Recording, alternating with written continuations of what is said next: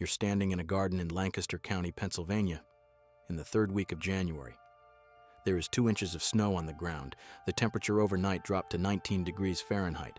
The woman standing next to you is wearing a wool coat and carrying a garden fork, and she walks to a bed that looks from the surface like frozen earth with nothing in it, drives the fork in 6 inches, lifts, and turns up a cluster of tubers the size of golf balls, cream-colored and firm, completely undamaged by the frost that killed everything else in this garden 2 months ago.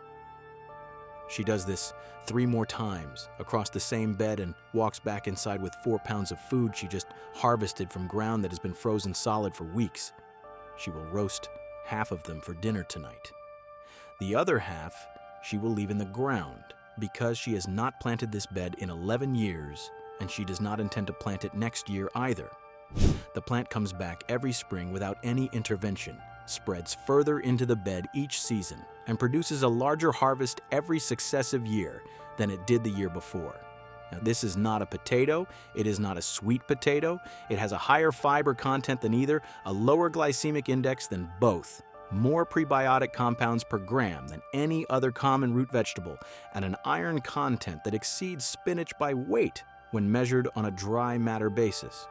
It has been growing in Amish kitchen gardens across Lancaster, Holmes, and Elkhart counties since those communities were established, carried as rootstock from Germany and Switzerland by the founding families as deliberately as they carried their faith and their furniture. It costs nothing to propagate once established. It requires no fertilizer, no pest management, no annual replanting, and no irrigation beyond what rainfall provides. It produces harvestable food from October through March in USDA, hardiness zones 4 through 7, meaning it produces food precisely during the months when every other vegetable in a temperate garden has ceased to exist. The plant is Jerusalem artichoke, botanical name Helianthus tuberosus, a perennial member of the sunflower family native to North America that the Amish call by its Pennsylvania German name, Erdäpfel, which translates simply as earth apple. It was a primary food crop of numerous indigenous North American nations for centuries before European contact, was adopted by early European settlers as a reliable caloric staple, appeared in European botanical literature by 1605, and was formally classified by Carl Linnaeus in 1753.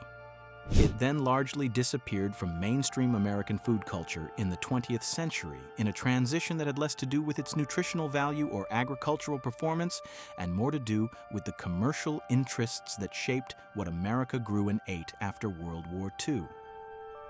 Here is the number that changes everything. The standard russet potato produces between 8 and 15 pounds of harvestable food per 10 square feet of garden space in a single growing season. Jerusalem artichoke in its second and subsequent years produces between 15 and 35 pounds per 10 square feet across a harvest season that runs from October through March, with peak production typically occurring in years 3 through 5 as the root mass expands. It requires 0 annual inputs after establishment. The potato requires replanting, fertilization, pest management for Colorado potato beetle and late blight, irrigation management, and harvest timing precision. Because potatoes left in the ground too long after vine dieback either rot in wet conditions or freeze in cold ones. Jerusalem artichoke requires none of this. You plant it once, you harvest it for decades. The ground freezes around it in January and the tubers sit there, unaffected, waiting for a garden fork.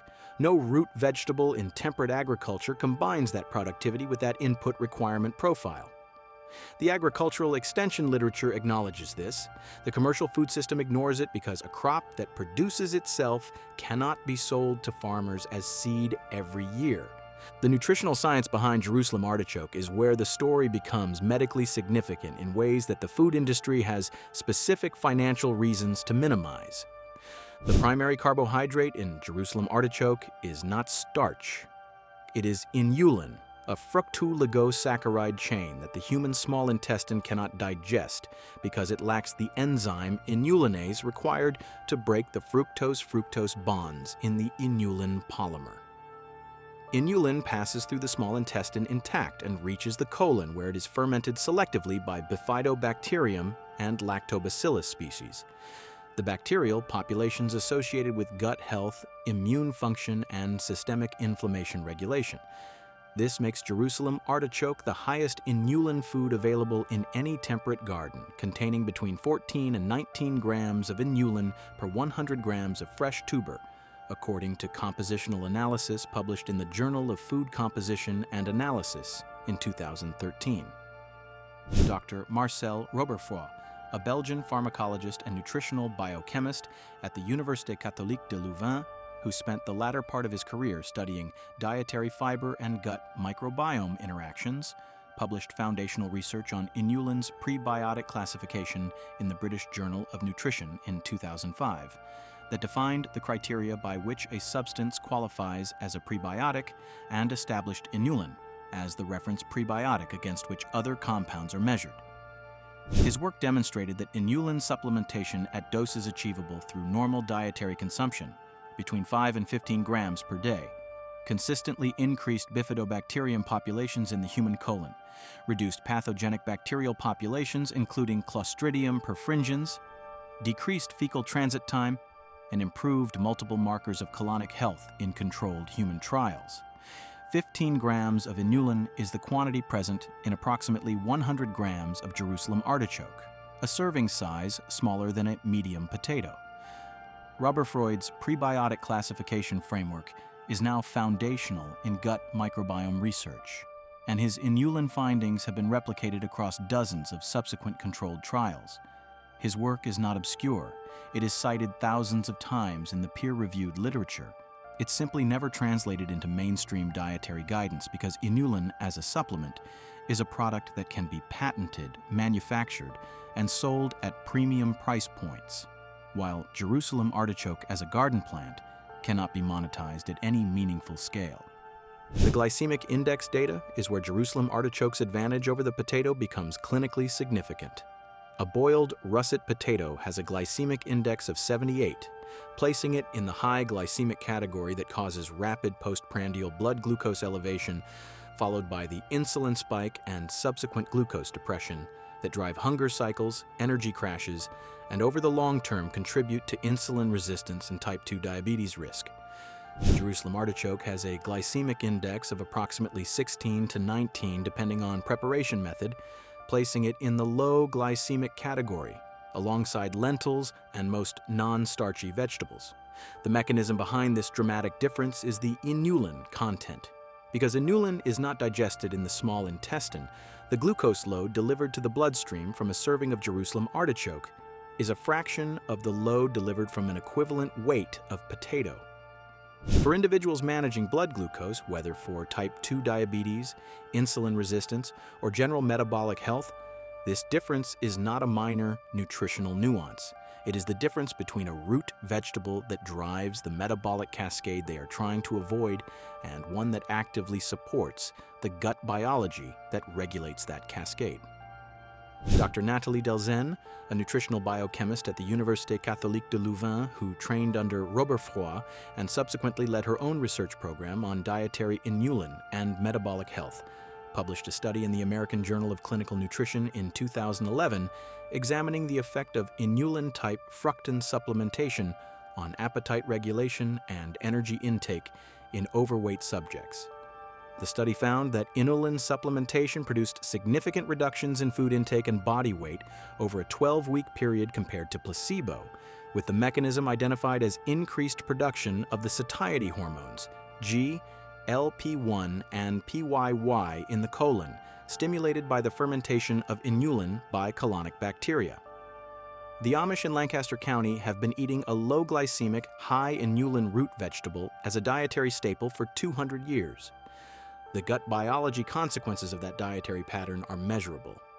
The Goshen College analysis of Amish health outcomes I referenced in the plant medicine video documented dramatically lower rates of type 2 diabetes, obesity, and metabolic syndrome in Holmes County compared to demographically matched American populations.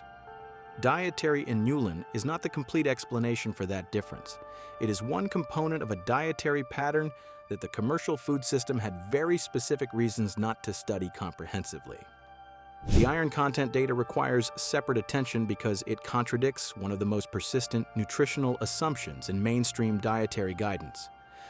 Conventional wisdom places animal sources and leafy green vegetables as the primary dietary iron sources and root vegetables as nutritionally insignificant in the iron category.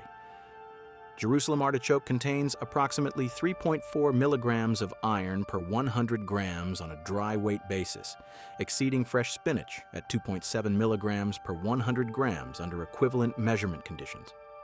It also contains vitamin C at concentrations sufficient to enhance non-heme iron absorption from the tuber itself, meaning the iron is consumed with its own absorption enhancer in a way that few plant iron sources achieve naturally. A 2016 analysis published in Food Chemistry examining the mineral composition of Jerusalem artichoke across multiple cultivars found consistent iron, potassium, and magnesium concentrations that exceeded those of potato across all tested varieties. The analysis was conducted by researchers at the University of Hohenheim in Germany, an institution with a long research history in alternative crop evaluation, and cited 34 times in the subsequent literature. It has never appeared in any mainstream nutritional publication, any dietary guideline document, or any extension service recommendation in the United States. Now here is the agricultural performance case and why the Amish treatment of this plant as permanent garden infrastructure rather than annual crop is the correct agronomic decision supported by the yield data. Jerusalem artichoke is classified as a perennial geophyte, meaning it stores its energy and regenerative capacity in underground structures, specifically tubers and rhizomes, that survive conditions lethal to above-ground tissue. The frost that kills the aerial stalks and leaves in October does not damage the tubers below the soil surface because the tubers are protected by the thermal mass of the surrounding soil in exactly the same way that the buried pipe in the $300 heating tunnel is protected from surface temperature extremes. At 6 to 12 inches of soil depth, where Jerusalem artichoke tubers sit, ground temperature in USDA, zones 4 through 7, remains above 28 degrees Fahrenheit, the critical threshold below which cellular ice crystal formation damages tuber tissue throughout even the coldest winters that those zones experience. This is not folk observation. It is documented in USDA cold hardiness research and confirmed by a 2009 study published in Industrial Crops and Products, examining Jerusalem artichoke cold tolerance across multiple production environments, which found complete tuber survival through temperatures that destroyed all other root vegetable crops in the same test conditions. The yield trajectory over successive years is the agronomic fact that the commercial food system finds most threatening. In its first year from planted tubers, Jerusalem artichoke produces a yield approximately equivalent to a potato in the same area. In its second year, as the root mass expands from the previous season's growth, yield increases by 40 to 60% above the first-year baseline without any additional planting. In years 3 through 5, yield stabilizes at between 3 and 5 times the first-year production level as the rhizome network reaches its full lateral extent in the available bed area. After year 5, production is essentially self-sustaining at maximum yield indefinitely, with only the management of lateral spread into adjacent bed areas required to keep the planting contained. The woman in Lancaster County who has not replanted her bed in 11 years is harvesting from a rhizome network that has been building productive capacity for over a decade. Her January harvest of 4 pounds from a bed that looks empty to an uninformed observer is the output of 11 years of compound investment in underground infrastructure that cost her nothing after the initial planting. The propagation economics are the final element of the case, and they are extraordinary in a way that no annual crop can approach. Jerusalem artichoke propagates from any tuber fragment containing at least one growth node, meaning every tuber left in the ground after harvest or discarded during preparation becomes next year's planting. There is no seed to purchase. There is no germination uncertainty. There is no transplant mortality. A bed established from purchased rootstock at a one-time cost of $8 to $15 per pound for planting material becomes entirely self-sustaining from its first harvest season onward. Any tubers not consumed are either left in the ground to expand the planting or shared with neighboring gardeners to establish new beds. The Amish propagation model in Lancaster County operates exactly this way.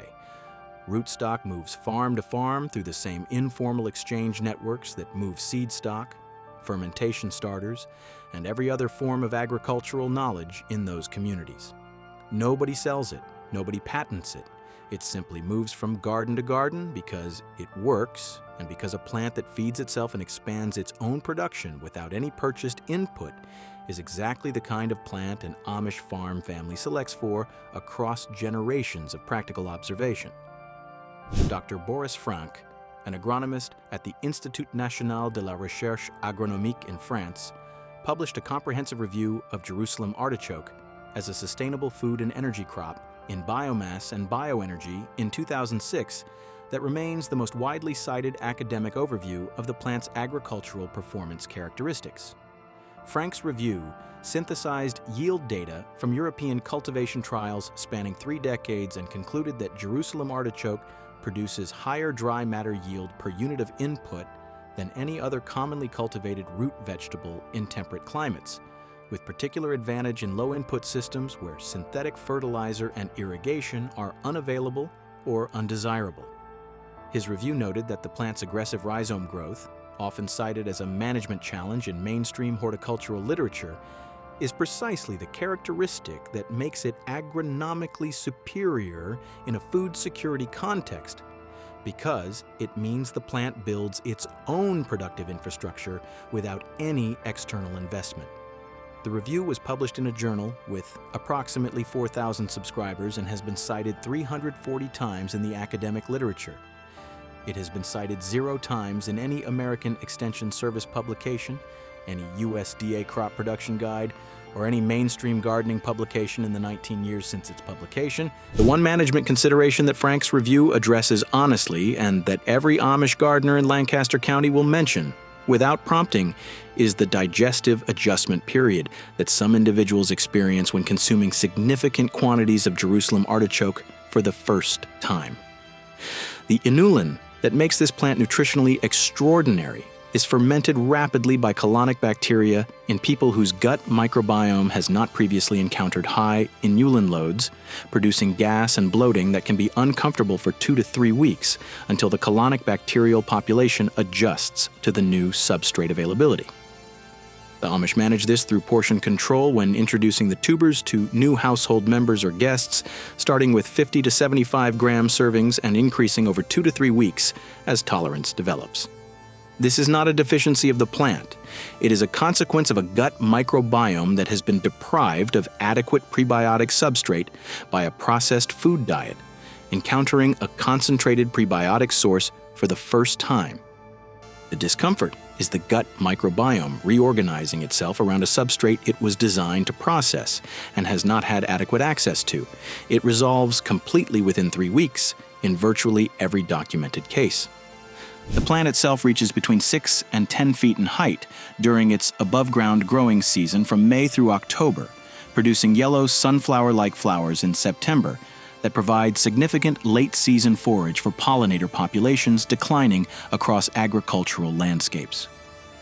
The Amish position Jerusalem artichoke plantings along the north boundaries of garden beds, where the tall stalks provide wind protection for shorter crops on the south side without shading them. The stalks after dieback in October are cut and composted, contributing organic matter to the garden system, or dried and used as kindling. The above-ground biomass is not waste. It is a resource in a farm system designed to waste nothing. 1 initial planting, 11 years of harvest, January food from frozen ground, prebiotic fiber at concentrations that pharmaceutical companies are currently attempting to synthesize and sell at supplement prices, iron that exceeds spinach, a glycemic index of 16 in a world where the average American root vegetable diet is built around a glycemic index of 78, 0 annual input cost after establishment, 0 pest management, 0 irrigation dependence, 0 replanting.